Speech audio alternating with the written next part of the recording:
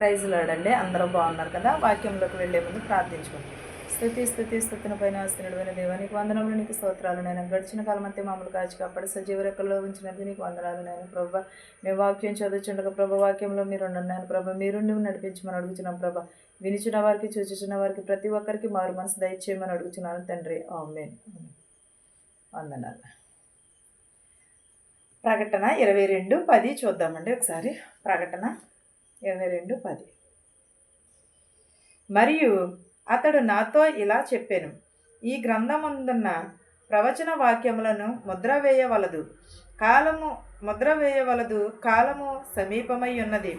అన్యాయము చేయువాడు ఇకను అన్యాయమే చేయనిమ్ము, అపవిత్రుడైన వాడు ఇకను అపవిత్రుడుగానే ఉండనిమ్ము, నీతిమంతుడు ఇకను నీతిమంతుడుగానే ఉండనిమ్ము, పరిశుద్ధుడు ఇకను పరిశుద్ధుడుగానే ఉండనిమ్ము. ఇదిగో త్వరగా వచ్చుచున్నాను. వాని క్రియలు చెప్పున వానికి ఇచ్చుటకు నేను సిద్ధపరిచిన జీతము నా యొద్ద ఉన్నది. నేనే అల్పయు ఓమేగయు, మొదటివాడను కడపటివాడను, ఆదియును అంతమునై ఉన్నాను. జీవవృక్షమునకు హక్కు గలవారై గుమ్మముల గుండా ఆ పట్టణములోనికి ప్రవేశించినట్లు తమ వస్త్రములను ఉదుకును వారు ధన్యులు. ఎలా అండి? మనము యేసుక్రీస్తు వారు సెలవిచ్చుచున్నది ఏమనగా అంటే, మరియు ఈ గ్రంథమందు వ్రాయబడిన ప్రవచన వాక్యములు ముద్ర వేయవలదు, కాలము వచ్చుచున్నది, సమీపముగా ఉన్నది. అన్యాయం చేయువాడు అన్యాయమునే పొందును, పవిత్రుడైన వాడు ఇకను పవిత్రుడుగానే ఉండనిమ్ము, నీతిమంతుడు నీతిమంతునిగానే ఉండనివ్వాలి, కానీ వారి యొద్ద మనము ఏదిని కూడా చేయకూడదని చెప్పుచున్నాడు. యేసుక్రీస్తు వారు త్వరగా వచ్చుచున్నాడు. అల్పయు ఓమేగయు కూడా ఆయనే అయ్యున్నాడు. ఆదిను అంతమును కూడా ఆయనే అన్నాడు. భూమి ఆకాశములను ఆయనే సృజించినవాడు, మనుషులను కూడా సృజించినవాడు ఆయనే. ఆయన వాయువుతోనే మనము బ్రతుకుచున్నాము. ఈ రోజున ఇలాగూ ఉన్నామంటే, ఈ సృష్టి ఉన్నదంటే ఎవరి వలన? దేవుని వలనే కదా, దేవుని కృప వలనే కదా. మనకి ఏమి సాధ్యము? మన క్రియలను బట్టి దేవుడు మనకు ప్రతిఫలం ఇస్తానంటున్నాడు. మనం న్యాయము చేస్తే న్యాయమే వస్తుంది, అన్యాయం చేస్తే అన్యాయమే తిరిగి వస్తుంది. ఒక విత్తనము విత్తినప్పుడు ఏమి విత్తుతామో అదే. ఒకవేళ మనం ద్రాక్ష పళ్ళు వేసి ఖర్జూరపు పళ్ళు కావాలంటే వస్తుంది అంటారా? రాదు కదా. అలాగే మనం ఏమి విత్తుతామో అదే. ఒకవేళ శ్రమలు వస్తున్నాయంటే మనము వారికి మనం ఏదో మేలు చేస్తేనే కానీ మనకి శ్రమలు రావు. ఒకవేళ మనం కీడు చేస్తామనుకో, వారికి ఈ రోజుల్లో కీడు రావట్లేదు, మేలే వస్తుంది. కానీ ఇప్పుడు బాగానే ఉంటాము మనం. తర్వాతే దేవుడు మనలను చూస్తూ ఉంటున్నాడు పైనుంచి. ప్రతి ఒక్కరును కూడా మన జీవగ్రంథంలో ముద్ర వేయబడిన ప్రవచన వాక్యములను ముద్ర వేయవలదు. ఏంటదండి? ముద్ర వేయవలదు, కాలము సమీపమై ఉన్నది. ప్రవచన వాక్యములను ముద్ర వేయవలదని కాలము సమీపమై ఉన్నది. అన్యాయము చేయువాడు నీకును అన్యాయమే చేయనిమ్ము, పవిత్రుడుగానే ఉండనిమ్ము, అపవిత్రుడుగానే ఉండనిమ్ము, నీతిమంతుడు ఇకను నీతిమంతుడుగానే ఉండనిమ్మంటున్నాడు. అపవిత్రుడిని అపవిత్రంగానే ఉంచమంటున్నాడు, నీతిమంతుడిని నీతిమంతుడిగానే ఉంచమంటున్నాడు. కానీ దేవుడు మీరు నీతిమంతులు కదా, హింసించండి, వారు న్యాయం చేస్తున్నారు కదా. కానీ ఈ రోజులోని ఏంటంటే మనుషుల స్వభావం ఏంటంటే, ఎదుటివారు సాధించలేనిది మనం సాధించామనుకో, వాళ్ళు మన మీద పగ పట్టేస్తున్నారు. వాళ్ళు మన మీద పగ పట్టి ఏం చేస్తున్నారంటే, దీన్ని ఏదైనా సరే ఎలాగైనా త్రొక్కాలి, దీన్ని ఏదైనా సరే తిట్టాలి, దీన్ని ఏదైనా సరే నవ్వులు పాలు చేయాలని చూస్తున్నారు. పోనీ ఒకరికి 10 మందికి మేలు చేసింది, ఒకరికి మేలు చేసింది, పోనీ అతను చేసింది న్యాయమే కదా. అన్యాయం అయితే నిందించవచ్చు, న్యాయమైనప్పుడు మనము ఎవరైనా కూడా అంటానికి సరిపోం కదా. కానీ అన్యాయం చేసిన వారికే ఎక్కువ సపోర్టు, న్యాయం చేసిన వారికి న్యాయం చేసిన వారికి ఎవరికి కూడా సపోర్ట్ లేదు. ఎప్పుడు కూడా అబద్ధమే ఈ లోకంలో వర్ధిల్లుచున్నది. నీతి నిజాయితీ ఎవరికి కూడా అక్కడికి రావట్లేదు, నీతి నిజాయితీ ఎవరికి కూడా నచ్చట్లేదు. మనము దానిని బట్టి అయినా సరే ఏం చేయాలంటే న్యాయమునే తీర్చాలి, న్యాయమునే చెప్పాలి. ఒకవేళ మనుషుల మెప్పు కోసం అయితే మనం అబద్ధపు తీర్పు చెప్పు, అబద్ధపు మాటలు మాట్లాడు, అన్యాయమే చెయ్యి. కానీ దేవుని వాక్యం కావాలి, లేకపోతే దేవుడు కావాలి అని అనుకుంటే మాత్రం అన్యాయం చెయ్యి, అన్యాయం తీర్పునే ఇవ్వు. ప్రవచన వాక్యంలో నెరవేరుతున్నాయి, ముద్రించబడినవి సమీపమై ఉన్నాయి. అన్యాయం చేయనివాడు అన్యాయమే చేయను, పవిత్రుడుగానే ఉండనిమ్ము, నీతిమంతుడు ఇకను నీతిమంతుడుగానే ఉండనిమ్ము. పరిశుద్ధుడు ఇకను పరిశుద్ధుడుగానే ఉండనిమ్ము. పరిశుద్ధులు పరిశుద్ధులుగానే ఉంటారు, అన్యాయం చేయవారు అన్యాయంగానే ఉంటారు. కానీ ఒక రోజున తీర్పు కాలం అన్నది. ఆ రోజున ప్రతి ఒక్కరమును కూడా లెక్క అప్పగించుకోవాలి. నీవు నేను కూడా దేవుడు తలుపునొద్ద నుండి తలుపునొద్ద నుండి తలుపు కొట్టుచున్నాడు. నువ్వు తీసే స్థితిలో ఉన్నావా, లేకపోతే మూసివేసే స్థితిలో ఉన్నావా?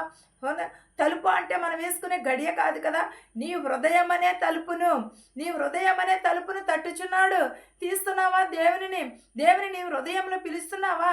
ఏం చేస్తున్నావు ఒక్కసారి ఆలోచించుకో.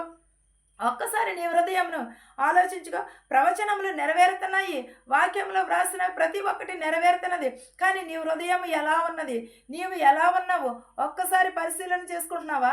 లేకపోతే నీవు ఏంటనేది యేసుక్రీస్తు వారు ఏమన్నాడు? ఇదిగో నేను త్వరగా వచ్చుచున్నాను, వాని క్రియల చెప్పున వానికి ఇచ్చుటకు నేను సిద్ధపరిచిన జీతము నా యొద్ద ఉన్నదని అంటున్నాడు.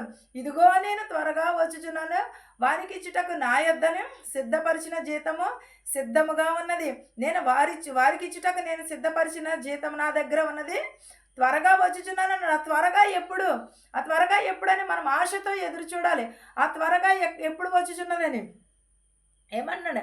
అల్పయు ఓమేగయు కూడా నేనే, ఆదియును అంతటి వాడును కూడా నేనే, మొదటి వాడును నేనే, కడపటి వాడిని కూడా నేనే, ఆది అంతమై ఉన్నవాడు నేనే, జీవ వృక్షమునకు హక్కు గలవాడను, గుమ్మము గుండా ఆ పట్టణంలో ఉన్నవాడును కూడా నేనే అంటున్నాడు. ఎప్పుడును కూడా దేవుడు ఉంటున్నానని చెప్పాడు. మనం ఏం చేస్తున్నాం? మన హృదయంలోకి దేవుని పిలుస్తున్నామా? మన హృదయంలో దేవునికి ఆహ్వానిస్తున్నామా? మన హృదయంలో దేవునికి చోటున్నదా? దేవుడు అల్పయు ఓమేగయు అని అంటున్నాడు. ఒకవేళ మన హృదయంలో చోటు ఉంటే యేసుక్రీస్తు వారు పశువుల తట్టులో ఆయన జన్మనివ్వరు కదా మరియమ్మ గారు.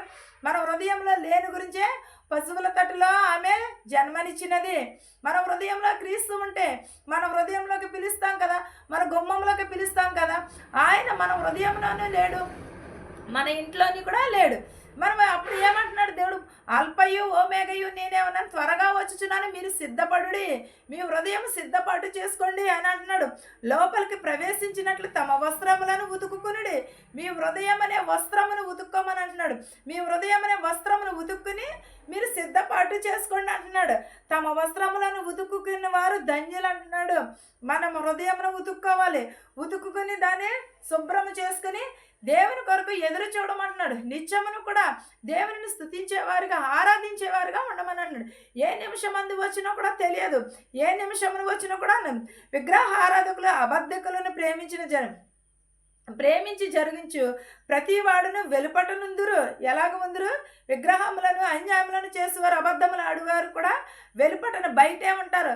సంఘముల కోసము ఈ సంగతులను గూర్చి మీకు సాక్ష్యం ఇచ్చుటకు యేసు అని నేను నా దూతను పంపి ఉన్నాను. నేను దావీదు వేరు చిగురు సంతానమునను ప్రకాశమానమైన వేకువ చుక్కనై ఉన్నాను. ఎలా ఉన్నాను దేవుడు? ఈ సంగతులను గురించి మీకు సాక్ష్యం ఇచ్చుటకు యేసు అని నేను నా దూతను పంపి ఉన్నాను.